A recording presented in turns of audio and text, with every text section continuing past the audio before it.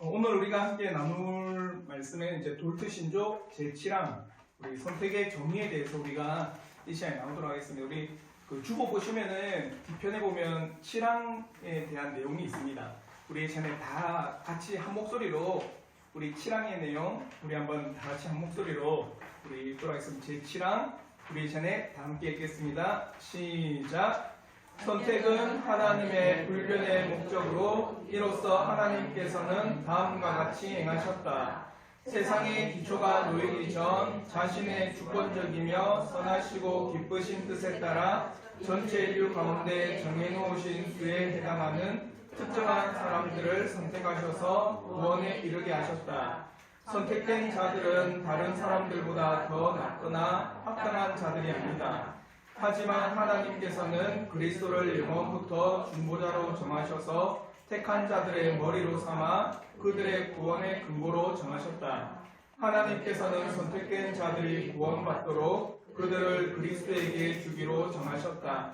그리스도는 그들을 부르고 이끌어 말씀과 성령을 통해 자신과 교제하게 하신다. 즉 하나님께서는 그들에게 그리스도를 향한 진정한 믿음을 주시기로 그리고 그들을 의롭고 거룩하게 하셔서 마침내 하나님의 아들들과 교제 속에서 그들을 강하게 보존하신 후 그들을 영화롭게 하는 것을 작정하셨다.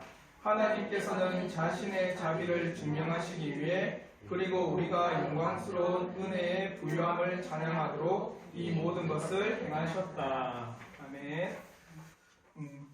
우리가 지금까지 돌트 신조를 통해서 구원이 얼마나 값진 것인가를 계속 나누고 있습니다. 그러면 이 구원에 대해서 우리가 살펴볼 때 1항부터 우리가 6항까지 나눈 걸 보면 제1항에서는 아담 이후로 모든 사람은 어떤 사람이라? 죄인이라는 거예요. 아담 이후로 태어나는 모든 사람은 죄 가운데 태어나게 된다. 왜? 아담을 원죄를 통해서 한마디로 지정의가 파괴된 가운데서 그 모든 자녀들은 이미 아담 안에 있기 때문에 그 아담 안에 있는 모든 자들은 죄를 가지고 태어날 수밖에 없다는 겁니다. 왜냐하면 아담 자체가 죄인으로서 이제 죄를 지었기 때문에 그 모든 영향은 그 후손 대대로 영향을 받을 수밖에 없다는 거죠. 그래서 결국에는 죄인이기 때문에 그들 스스로는 구원에 이룰 수 없다. 한마디로 하나님 나라에 갈 수가 없다는 게 1항에서 분명히 우리에게 가르쳐 주는 겁니다. 그러면서 2항에서는 뭘 했느냐? 그러므로 죄인된 그들을 내버려 두시는 게 아니다. 하나님께서는 죄인된 그들에게 예수 그리스도라고 하는 구원자를 보내셨다는 거예요.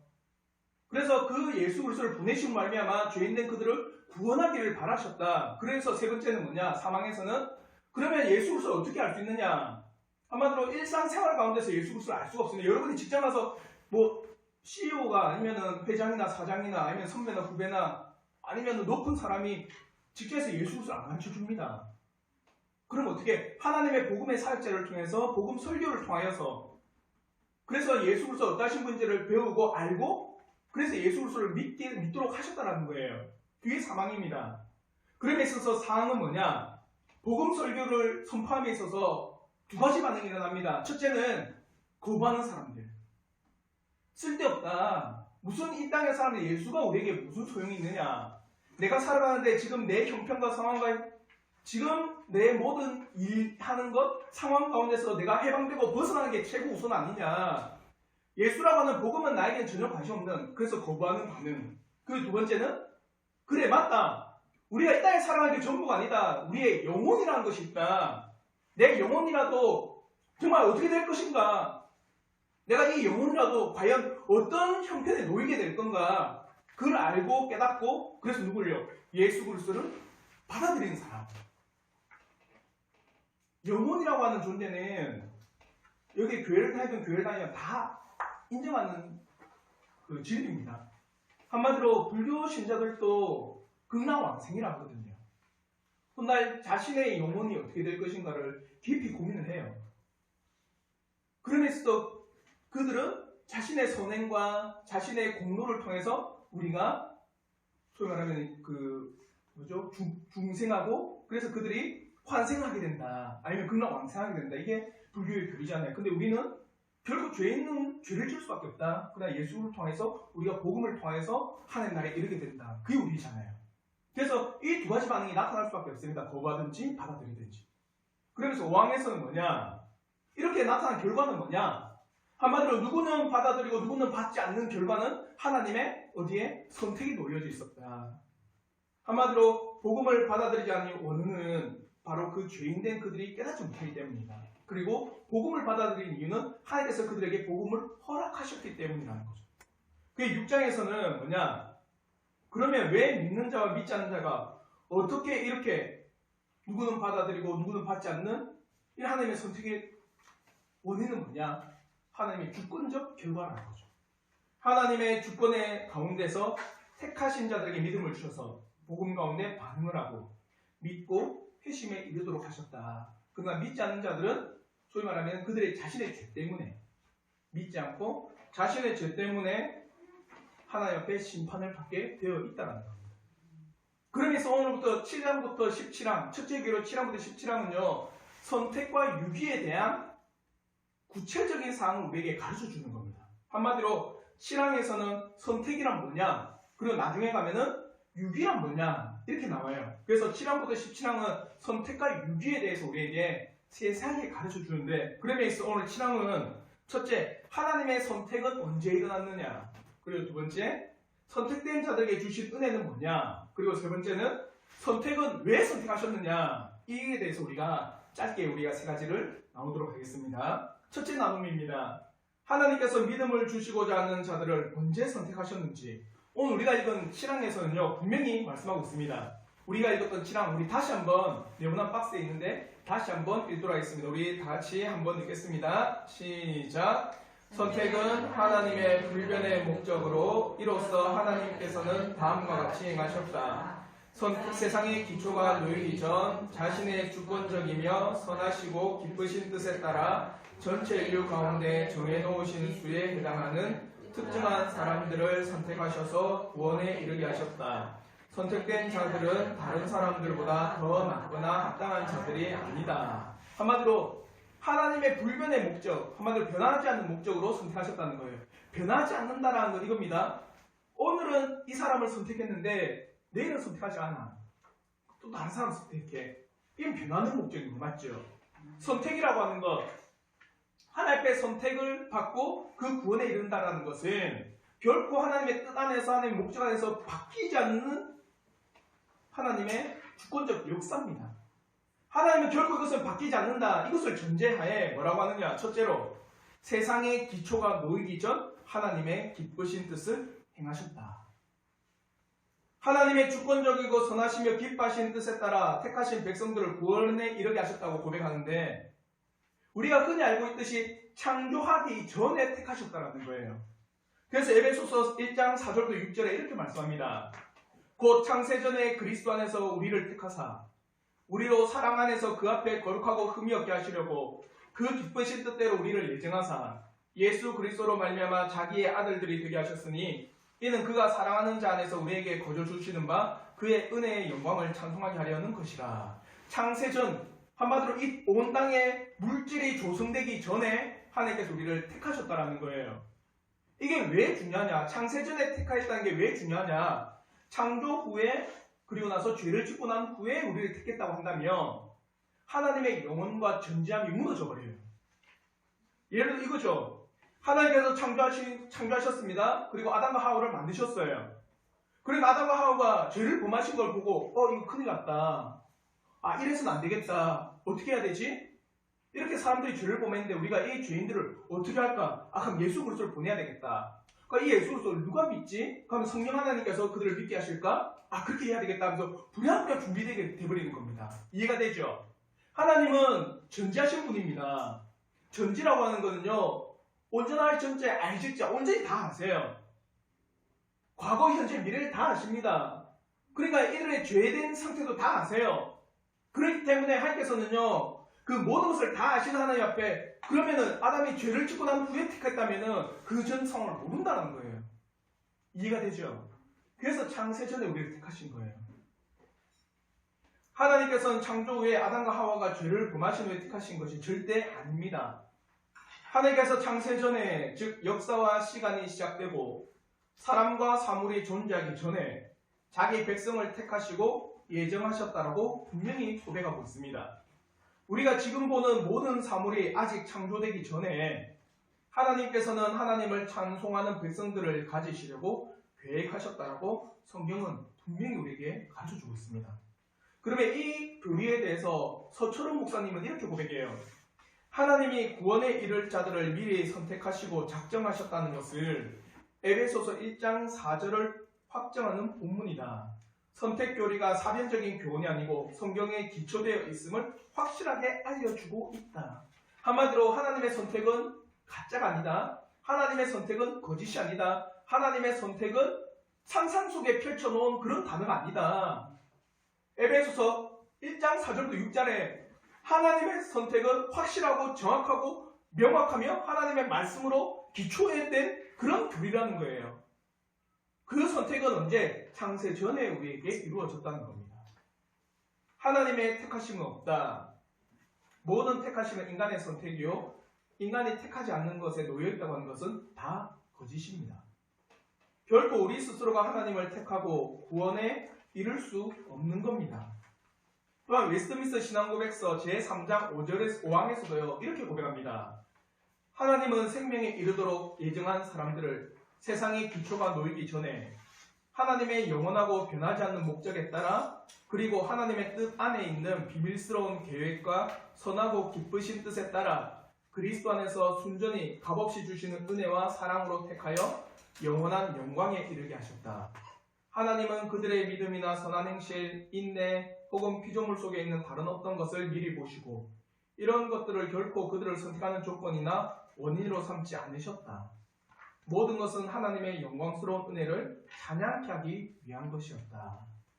웨스트민스터 신앙고백서에서도 세상의 기초가 놓이기 전에 하나님의 영원하고 변하지 않는 목적에 따라 순전히 값없이 주시는 은혜와 사랑으로 택하였다라고 분명히 고백하고 있습니다. 사랑하는 성도 여러분, 우리의 구원의 길, 우리가 주 예수 그리스도를 믿도록 하신 놀라운 이 일은 창세전에 이미 이루어진 거예요. 그럼 다른 말로 하나님이 당신들을 너무나 사랑하십니다. 하나님은 택하신 백성들을 사랑하신다. 그 사랑의 깊이를 우리는 알 수가 있는 겁니다. 우리 자녀들은 언제 사랑이 될까요? 여기 우리 자녀들도 있잖아요. 맞죠? 태어날 때부터 맞죠? 우리 뱃속에 임신하셨습니다. 뭐 5주 정도 되면 그게 판별되죠. 아닌가? 제가 안 나봐서 모릅니다. 제가 안 나봐서 모르지만 5주 정도 되면은 맞지? 뭐만 그래. 5주 정도 되면은 애가 임신했다는 사실 알고 우리는 몸을 소중히 해요. 엄마는 내 안에 새로운 생명이 있다. 그 사랑의 깊이는 그때부터 시작되는 겁니다. 근데 하나님이 우리를 사랑한다라는 그 사랑의 깊이는 언제부터예요? 창세전부터 하는 거죠. 창세전에 하나님께서 우리를 택하셨다라고 하는 이 사실은요, 하나님의 놀라운 사랑을 증거하는 겁니다. 하나님의 사랑과 은혜가 창세전부터 우리에게 있었다는 겁니다. 그 사랑과 은혜가 얼마나 깊은 은혜인지 우리가 고백할 수 있는 사실을 가르쳐주는 겁니다. 진실로 하나님께서 창세전에 우리를 택하사 구원의 은혜 가운데 믿음을 허락하신 이 놀라운 사랑을 진실로 찬양하는 주님의 자녀가 되길 저는 진심으로 바라요. 하나님께서 당신을 택하셨다. 그것은 창세전에 그것을 계획하시고 창세전에 그것을 우리에게 알려주시고 창세전에 우리를 사랑했다는 그 사랑의 표본입니다. 그걸 우리에게 가르쳐주고 있어요. 선택은 언제 이루어졌습니까? 창세전에 하나님의 놀라운 주권의 뜻 안에서 이루어진 겁니다. 두 번째로, 그러면 이렇게 선택된 사람들이 다른 사람보다 더 나은 사람이라서 택하신 것이 아님을 강조하고 있습니다. 한마디로 우리가 교회에 나온 거 예수를 믿는다고 하는 게 여기 뒤에 저희 동생 가족이 있지만 저들보다 너무 잘 살아서요. 세상에서 저들보다 우리가 월등히 도덕적이고 우리가 월등히 좀 윤리적으로 뛰어나고 소위 말하면 착하고 보호시로 살 사람 그런 사람이어서 우리를 택하셔 이 자리에 앉혀 놓으셨을까요? 우리의 믿음의 고백서는 분명히 그걸 고백합니다. 우리는 다른 사람보다 더 낫고 우리가 다른 사람보다 더 똑똑하고 우리가 다른 사람보다 더 잘나서 우리를 택한 것이 절대로 아니다. 그러면 어떤 이들은 이렇게 외칩니다. 하나님께서는 미리 이들이 믿을 것을 아셨기 때문에 택하여 구원에 이르게 하신 거 아닙니까? 한마디로 저들 영혼이 믿을 걸 아셨기 때문에 저들을 택하고 구원을 주신 거 아닙니까? 라고 하는 거예요. 이걸 우리는 한마디로 합니다. 예지예정이에요. 예지하셨다. 그래서 택하셨다. 그러면 뭐가 반대가 되느냐? 자요. 내가 믿었다. 그렇기 때문에 하나님께서 나를 선택했다면 구원에 이르는 조건은 누구에게 있는 거예요? 나에게 있는 겁니다. 내가 믿었기 때문에 구원에 이르는 거예요. 성경은 결코 그것을 가르쳐주지 않습니다. 내가 믿었기 때문에 구원에 이르는 것이 아니라 창세전에 나를 택하셨기 때문에 내가 어디에 이르는 겁니까? 구원에 이르는 겁니다. 이거 거꾸로 되면 큰일 납니다. 왜?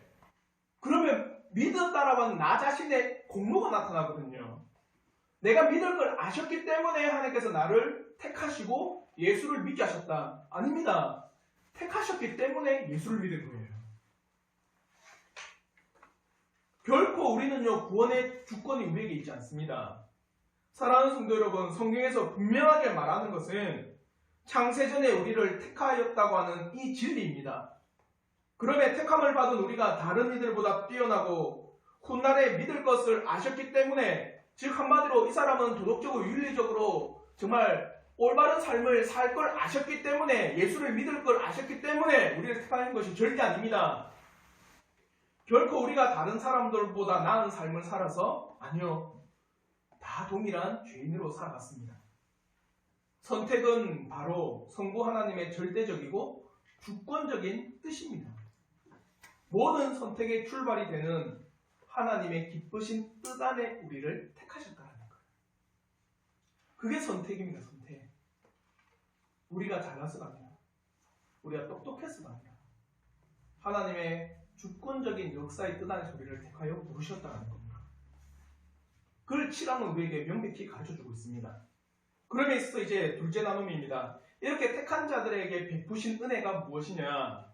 7항의 두 번째 문장을 우리 한번 좀 길지만 다 같이 한번 읽어보도록 하겠습니다. 7항 두 번째 문장 다 같이 읽겠습니다. 시작. 하지만 하나님께서는 그리스도를 영원부터 중보자로 정하셔서 택한 자들의 머리로 삼아 그들의 구원의 근거로 정하셨다.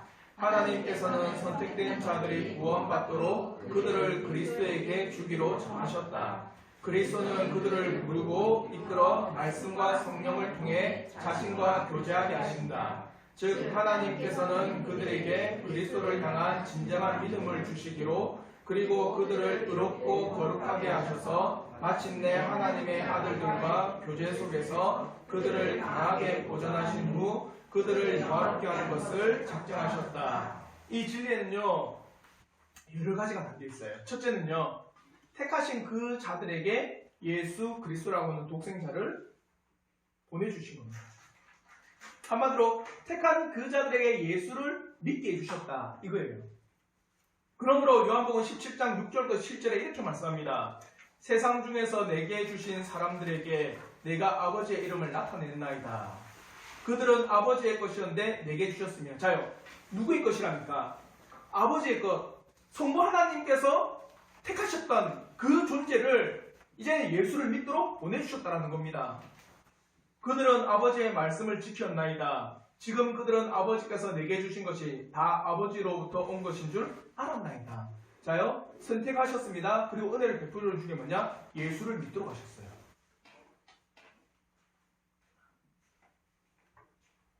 선택하심으로 말미암아 우리가 정말 예수 그리스도 안에서 예수가 우리의 중보자이십니다. 예수가 우리의 참된 구원자이십니다. 예수가 진정으로 우리의 죄를 위해서 십자가를 지셨습니다를 믿도록 하셨다는 겁니다. 그럼 다른 말로 택함이 없다면 우리는 죄 가운데 예수를 보지 못한다는 거예요. 세상 중에서 예수 그리스도께 나온 자들은요, 바로 성부 하나님께서 주신 자들입니다. 즉 성부 하나님께서 창세전에 선택하신 그들이 예수 그리스도께 나와 믿음 가운데 구원을 얻게 된 겁니다. 그리고 이렇게 부르신 그들을 말씀과 성령을 통해서 예수 그리스도와 교제케 하신 거예요. 이게 첫 번째 은혜입니다. 예수를 믿도록 하신 거예요. 그리고 두 번째는 뭐냐? 이렇게 믿음을 얻은 자들에게 의롭다 여기시고 거룩하게 하신 은혜가 있습니다. 죄인된 우리가 의롭다고 여김을 받을 수 있는 길은 오직 예수 그리스도밖에 없어요. 우리의 죄를 지시고 십자가에서 우리의 죄를 갚으신 우리 주의 공로로 인해서 거룩하고 죄가 없다고 여김을 받게 되는 겁니다. 왜 예수 그리스도밖에 없느냐? 자요, 이걸 잘 들으셔야 돼요. 많은 사람들이 구원에 대해서 뭐라냐면 불교에서는 자신의 공로, 자신이 얼마만큼의 이 억겁의 세월 가운데서 얼마만큼의 고행을 했느냐, 얼마만큼 수많은 선행을 했느냐가 불교에서는 구원의 조건입니다. 수많은 구원의 조건들은요, 모든 종교는 뭐냐? 자신이 얼마만큼 구원을 받기에 합당한 일을 했느냐예요. 근데 우리 기독교는 뭐라고 합니까? 구원은 예수의 십자가의 공로다. 그렇게 이야기하거든요. 우리의 공로는 전혀 없다라고 이야기하는 게 우리의 기독교의 진리입니다. 그러면 이제 사람이 구원받기 위해서는요, 왜 구원이 필요하느냐? 죄를 지었기 때문에 구원이 필요한 거잖아요. 아닌가요? 죄를 지었기 때문에 그 죄에서 내가 해방되고 싶습니다. 그 죄에서 내가 벗어나고 싶습니다. 그 죄로부터 내가 감옥 가기 싫습니다. 어떻게 해야 됩니까? 그게 구원이잖아요. 근데 잘 생각해 보십시오. 그 죄라고 하는 것이 과연 사람과 사람과의 죄인가? 하나님, 신과 인간의 죄의 관계입니다. 맞죠? 사람과 사람과의 죄는 감옥에 가면 끝이에요. 그리고 갚아주면 끝입니다. 근데 신과 인간과의 관계에서의 죄입니다. 그러니까 구원이 필요한 거죠. 그럼 다른 말로 신이라고 하는 존재는 우리는 통칭 하나님이라 하지만 안 믿는 분이 있어. 신이라고 하는 존재는 영원한 존재입니다. 맞죠? 신이 생명이 끝이 있다고 하면 그는 신이 아니에요.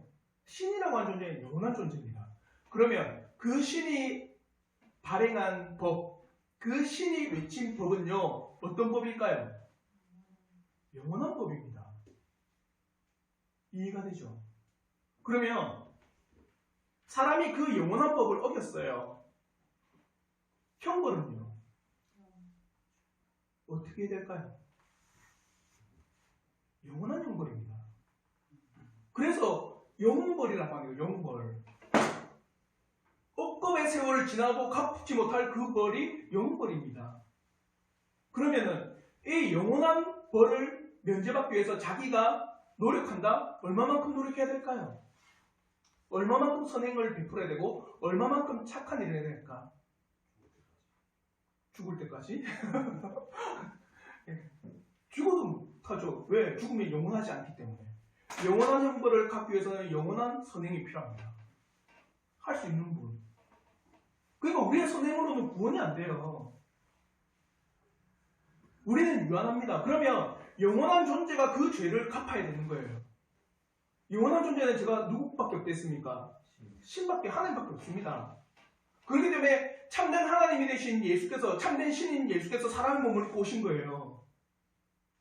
그게 예수 외에는 구원이 없다는 겁니다. 오직 예수 그리스도 외에는 믿음이라고 하는 거, 우리의 죄를 사할 수 있는 조건이 하나도 체결되지가 않아요. 오직 예수 그리스도를 믿는 믿음 가운데 우리가 의롭다고 여김을 받는 거예요. 아, 저분이 내 대신 죄를 지셨어. 이걸 믿는 겁니다. 저분이 내 죄를 위해서 영원한 형벌의 그 죄값을 갚으셨다는 것을 믿는 거예요. 이 믿음을 누구에게 줄까요? 택한 자들에게. 택한 자들에게. 그 택한 자들에게 예수 그리스도를 보게 하시고 그 예수 그리스도를 믿게 하시고 믿었기 때문에 어떻게 해요? 의롭다라고 여겨주시는 거예요.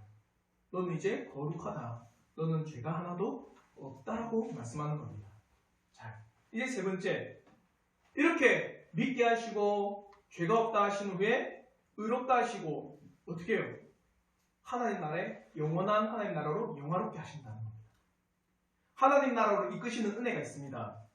택하신 그 백성들에게 하나님의 때에 예수를 믿게 하시고 그들을 거룩하게 하심과 더불어 믿음의 자녀들이 살아가는 시대 가운데 낭망하지 않고 좌절하지 않고 하나님께서 보존하시는 은혜가 있습니다. 왜요? 제가 서론에 말했듯이 불변하는 목적입니다. 불변이 뭡니까? 변하지 않는 거잖아요. 맞죠? 그러니까 그 변하지 않는 가운데 택했습니다. 한 영혼을. 그 택한 영혼에게 예수 그리스도를 보내주시고 믿게 하시고 의롭게 하시고 그렇게 하셨습니다. 근데 이제 이들이 어디입니까? 세상을 살아가요. 여러분 지금 세상을 살아가고 있잖아요. 오늘 일요일, 주일이 지나면 또 직장에서 살아가야 됩니다. 그러면 그 살아가는 직장에 있는 사람들이 다 정말 착한 사람들이에요? 나쁜 사람 정말 많거든요. 나쁜 상사도 많고 나쁜 사장도 많고 또 정말 못 살게 구는 사람들 많습니다. 그건 우리는 살아가야 돼요. 그건 살아가면서 이 사람이 때로는 그리스도인이지만 때로는 화가 치밀어 오릅니다. 맞죠? 어제 저도 화가 났어요. 그래서 새벽 뒤에 소리 질렀거든요. 제발 좀 조용히 좀 하라고, 잠 좀 자자고 내가 그 가게에다가 소리 질렀거든요. 화가 납니다. 맞죠? 그러면 하나님께서 이봐라, 내가 네 죄를 사해줬는데 니 또 화내네? 너희 탈락. 그럴까요? 그게 아니라는 거예요. 세상을 살아가는 성도들 그리스도인은 보존하신다. 왜? 불변하는 선택 가운데서. 불변하는 하나님의 전적인 뜻과 선택 가운데서 우리를 예정하셔서 구원을 하신 은혜로 끝까지 이끌어 나가십니다. 그걸 성도의 뭐라 할까요? 견인이라고. 견인. 이끌어 나가십니다. 그러므로 요한복음 17장 12절에 이렇게 말씀합니다. 내가 그들과 함께 있을 때 내게 주신 아버지의 이름으로 그들을 보존하고 지켰나이다. 그 중에 하나도 멸망하지 않고 다만 멸망의 자식뿐이오니 이는 성경을 응하게 하려 함이니라. 끝까지 보존하시는 겁니다. 자요, 여러분이 이제 부모입니다. 또 부모가 될 사람도 있고 되려고 하는 사람도 있고 부모입니다. 자식을 어떻게 사랑합니까? 오늘 사랑하고 내일 안 사랑해요? 결국 그럴 수가 없어요. 끝까지 사랑하는 겁니다. 뭘 다해서? 내 목숨을 다해서요. 내 목숨을 다해서 자녀를 끝까지 사랑하는 겁니다. 그 사랑은 변하지가 않아요. 부모의 사랑은요. 하나님의 사랑이 그와 같은 겁니다. 사랑하는 성도 여러분, 창세전에 하나님께서 택하신 그 백성은요, 이 땅의 죄 가운데 절망하거나 믿음을 잃거나 믿음이 상실되어 사탄의 자녀로서 다시 돌아가는 일이 없습니다. 혹여 정말 잘 믿고 있었다고 생각되어진 어떤 사람이 어느 순간 세상 사람과 동일한 생각과 삶의 방식, 그리고 세상 사람과 똑같은 모습을 사는 것을 보면서 믿음도 없어질 수 있구나. 혹여 그렇게 생각하지 마십시오. 다른 말로 이 말입니다. 교회를 다닌다는 사람을 보고 와, 저 사람 정말 교회 다니는 사람 맞아? 교회를 다닌다면서 왜 저런 짓을 해? 교회를 다닌다면서 왜 저런 세상 사람들보다 더 나쁜 짓을 해? 이걸 보면서 우리는 실망하지 말라는 겁니다. 왜냐? 그 사람을 믿지 않는 거예요.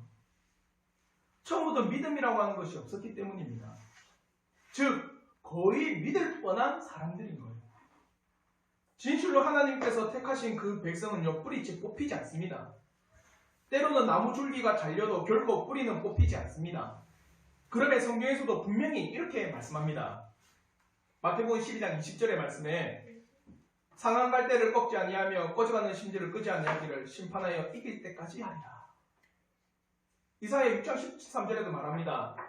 그 중에 10분의 1이 아직 남아있을지라도 이것도 황폐하게 될 것이나 밤나무와 상소리나무가 배임을 당하여도 그 그루터기는 남아있는 것 같이 거룩한 씨가 이 땅에 그루터기니라. 결코 하나님께 택하신 백성은요, 신앙을 버리거나 신앙을 외면하거나 신앙을 잃어버리게 하지 않습니다. 약하여질지언정.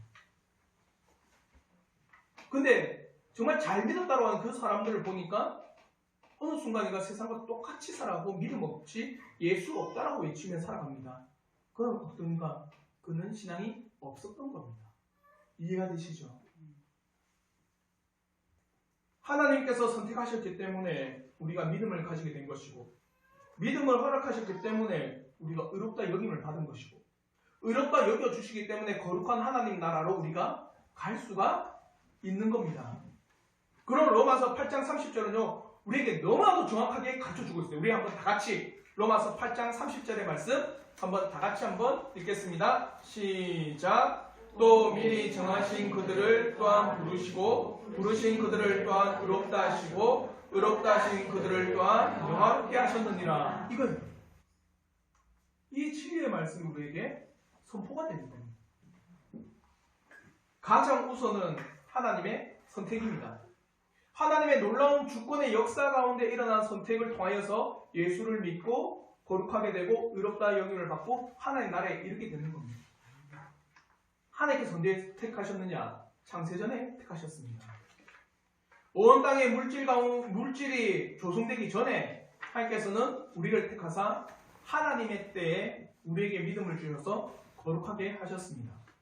그리고 의롭다 하셨습니다. 그리고 영화롭게 이끌어 나가실 줄 믿습니다. 이게 선택입니다.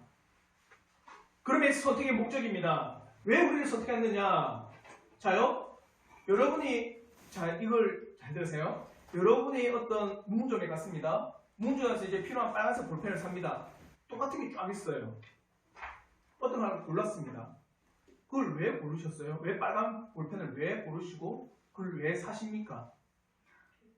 필요하기 때문에. 맞죠? 그래가지고 노트에 필기하든지 그래가지고 쓰든지 그림을 그리든지 색칠하든지 필요하기 때문에 그것을 선택하고 사는 거예요. 다른 말로 해서 여러분을 하나님께서 택하셨어요. 목적 없이요? 너 택했으니까 그냥 천국 가. 이걸 위해서요? 아니라는 겁니다. 그러면 우리의 믿음의 고백서는 분명히 말씀하고 있어요. 하나님께서 자신의 자비를 증명하시기 위해 그리고 우리가 영광스러운 은혜의 부유함을 찬양하도록 이 모든 것을 하셨습니다. 선택은 하나님의 주권의 놀라운 자비를 증명하는 거예요. 온 세상은요, 실제로 하나님의 손바닥 안에서, 하나님의 손 안에서 심판을 당해도 합당합니다. 노아의 심판처럼. 소돔과 고모라의 유황불처럼 온 땅은 지금도 멸망을 당해도 합당하고 아무런 할 말이 없습니다. 근데 지금까지 보존하시고 택하신 백성들에게 말씀으로 구원케 하셨습니다. 자비예요. 자비입니다. 하나님께서 그의 자비를 지금 여러분의 눈에 펼쳐 보이신 겁니다. 아직도 시간을 주셔서 하나님을 알도록 그 시간을 허락하신 거예요. 동생네 가족이 왔지만은 우연이 아닙니다. 저는 우연을 믿지 않아요. 이 사실을 통해서 복음이라는 것을 듣고 영혼을 생각하고 그래서 자신의 영혼을 돌아보는 시간이 될 수도 있어요. 하나님께서 그 생명을 지금이라도 거둬가시는들 우리는 어떠한 반항? 아니요. 어떠한 일도 할 수가 없습니다. 지금 하나님께서는 여러분에게 자비의 시간을 베풀어 주셨고 자비의 놀라운 증거를 여러분에게 보여주신 거예요. 자비로움입니다. 그러므로 우리는 하나님께서 베푸신 구원과 그 선택하심의 영광을 찬양해야 되는 겁니다. 감사해야 돼요. 그래서 이사야 말씀에 이렇게 말씀합니다. 나는 여호와이니 이는 내 이름이라.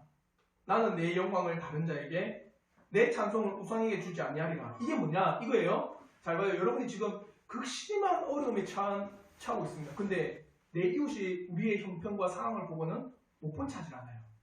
어떻게 하면 저 어려운 가정을, 저 어려운 사람을 도와줄 수 있을까? 그래서 물심양면으로 우리 내 상황을 해결해주고 내 형편을 돌아봐주고 내 형편을 바꿔줘버린 거예요. 이웃이. 내가 뭔데? 근데 도움을 받았던 내가 뭐라느냐? 나는 이런 도움을 받을 만한 자격이 있어. 당연한 거야. 그걸 보는 순간 많은 사람들이 뭐라 할 거예요? 막 저보고요. 뭐라고 써요? 뭐 개? 이렇게? 당연하죠. 맞죠? 생각해 보십시오. 여러분이 정말 옆에 있는 이웃을 도와줬다고 생각했어요. 근데 진짜 물심양면으로 나의 모든 걸 가진 것을 다 빼줄 듯이 도와줬는데 그 이웃이 고맙단 말도 안 하고 감사하단 말도 안 하고 당연하지 뭐. 그래 내니까 니 도와주는 거야. 그래 나 정도 되니까 당신이 도와줄 수 있는 거야. 뻔뻔스럽게 그런다고 생각해 보십시오. 그 이웃을 볼 때 여러분 마음에 그래 맞아 우리 이웃은 대단한 분이야 합니까? 이렇게 맞아 소위 말 이렇게 막 나옵니다. 욕 나와요. 짐승만도 못한 놈이라고 하지 않을까요? 은혜를 원수로 갚내라고 하지 않겠습니까? 자, 하나님께서 여러분을 값없이 택하셨어요. 택하신 여러분에게 예수 그리스도를 알려주셨습니다. 그리고 믿게 하시고 구원케 하셨어요. 아니, 또 하나님 나라에 이르도록 하셨습니다. 그럼 당연히 여러분 뭐가 나와야 됩니까? 하나님을 찬송하고 감사해야 되잖아요. 우리의 믿음의 고백서는요, 이상한 걸 가르치는 게 아닙니다. 당연한 걸 가르치고 있어요. 자요, 자녀로서 부모를 공경하는 거 당연한 거 아닌가요? 맞죠? 그건 당연한 도리입니다. 자녀로서 부모를 공경하고 부모에게 예의를 갖추고 부모를 사랑하는 건 당연한 겁니다. 그걸 이상하게 가르치는 어느 단체도 없습니다. 지금 우리가 배우고 있는 이 교리는요, 당연한 걸 가르치고 있는 거예요. 당연히 여러분이 어떠한 값없이 택함을 받았다. 여러분이 잘나서 받은 게 아니라 하나님의 가운데 긍휼과 사랑의 택하심이었다. 그걸 내가 깨달았는데 하나님 옆에 찬송이 없다? 감사가 없다? 근데 하나님은 내 이름을 다른 얘기 주지 않겠다 했거든요. 내 이름이 멸시받는 걸 난 용서하지 않는다 했거든요.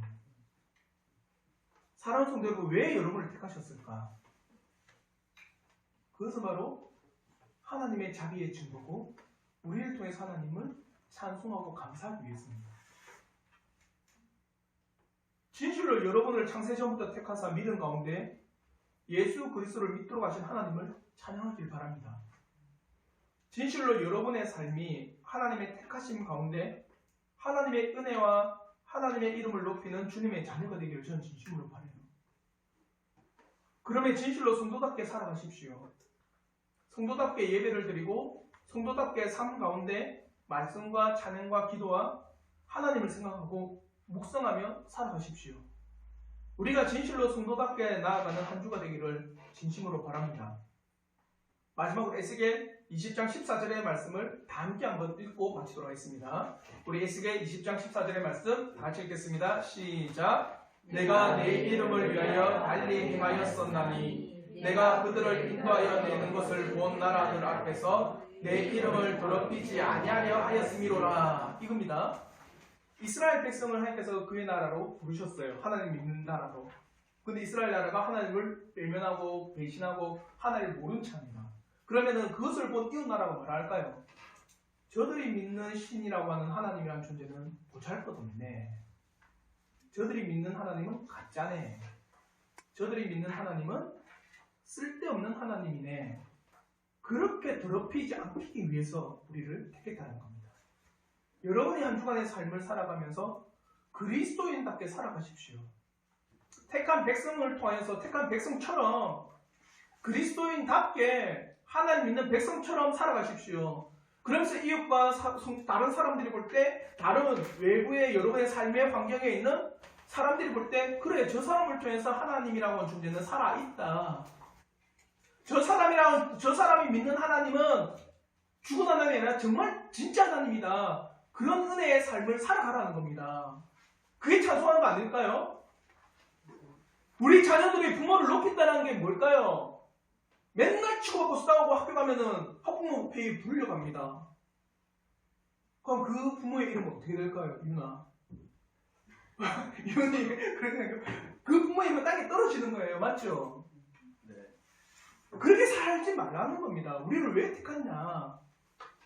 우리를 통해서 이웃에 있는 나라들이, 이웃에 있는 사람들이, 내 주위에 있는 사람들이 하나님의 존재라는 것을 알도록 하기 위해서. 그게 하나님을 찬송하는 겁니다. 그 은혜의 삶을 살아가십시오. 특별히 저는 우리를 통해서 교회를 세우게 하셨습니다.